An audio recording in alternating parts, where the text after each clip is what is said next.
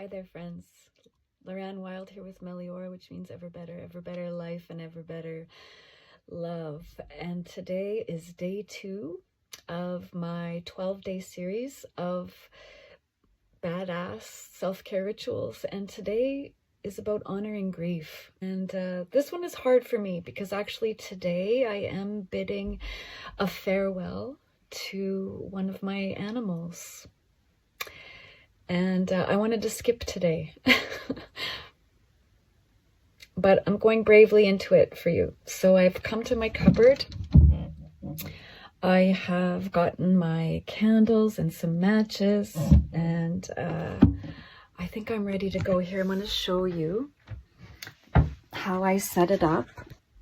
I have some Therapeutic clay made out of coffee. I like it because it's a little on the dark side.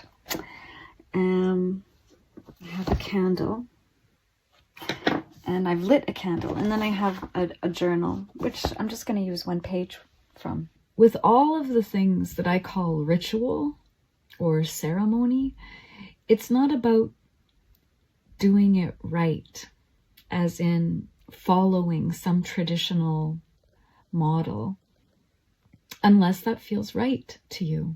The basic instructions for the grief writing ritual is to use your pen on a piece of paper and write about the grief, name the grief, write a letter to what you've lost or what you're about to lose, and keep writing until the page is full of ink or you feel complete.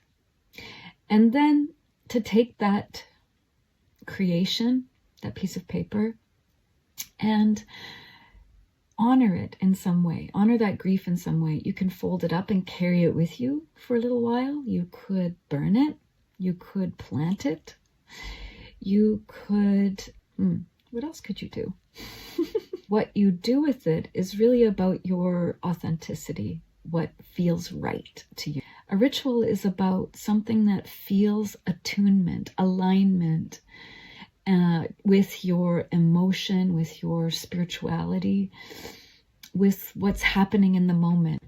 An organic process. It's sort of reverent and devotional, designed, but it's not necessarily following a certain recipe, because when that happens and the ritual, the event becomes a routine, endlessly repeated, exactly the same as before, it becomes empty somehow, or it starts to feel like constrained, forced instead of imbued. Do you know what I mean? So I know we're all really living the life at the edge where love and grief intertwine. As many of us can validate, we don't have a lot of time, right? We can't just be sad all day. We have to get on with our chores, with our duties, with our work. Grief isn't just a one-day event. When you're living big love, you will also be facing huge moments, waves of crisis and grief and change. Yeah.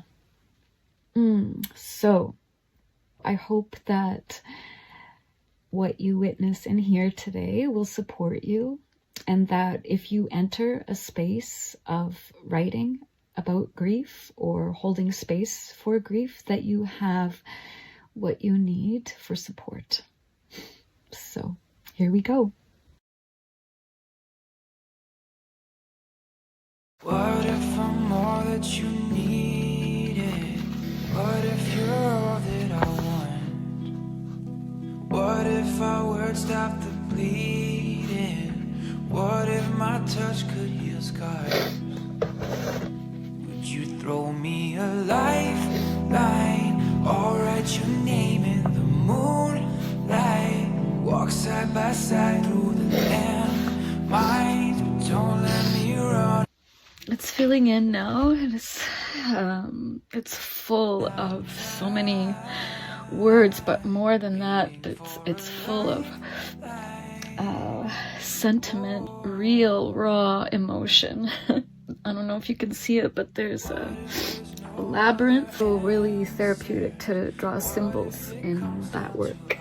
I'm going to take some of the words and symbols from my writing today for grief and etch them into this candle, so that over the next few days as I light this, it will feel like a prayer, a wish, a hope. So I'm going to do that, and then I will kind of show it to you after. So I've decided, as I'm doing this now, that I don't want to burn the whole thing, because I feel connected to this symbol of the heart, and I'm going to cut out a hole in this grief-written paper, to represent my heart, and that is something I'm going to burn and use the ashes. So I'll show you that in a second. So wouldn't you know it, I had intentions of cutting a heart out of my grief writing paper, and I couldn't find scissors. And so I've adapted, and that is part of what I say is badass, is that we change. We have permission to change our mind or to change the circumstances. So now what I'm doing is using my candle writing thumbtack, and I am perforating holes. Above all, I want to say that grief is about love that has to change the way it expresses itself, and sometimes that love is going to be expressed in tears, and sometimes that love is going to be expressed in a story, sometimes that love is going to be expressed in a dream or in a memory. So here it is, the hole in my grief writing ritual. And this is the piece I'm holding right now, and I am going to burn. So here I'm going to burn the heart, and I'm going to use the clay sculpture that I made to contain that little bit of fire.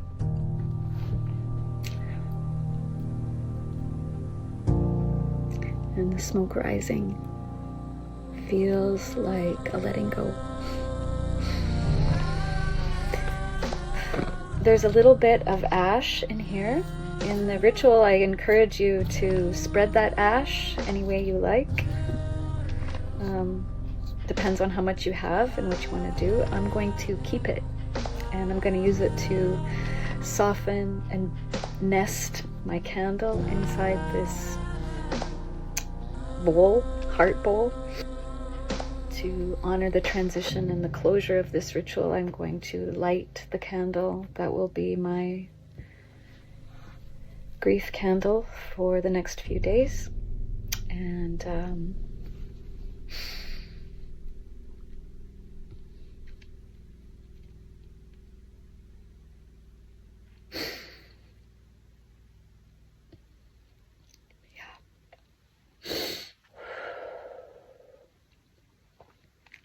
may we walk in beauty.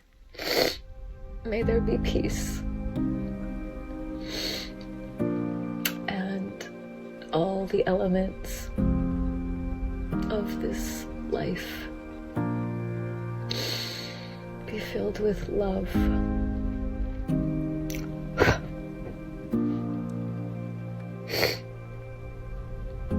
Take care, friends, and know that I will be well too. Grief is brave work. Grieving, mourning is brave work. And so do not worry about me. I have a home rich in love, and that allows me to share the real life things I am in support of. So stay wild.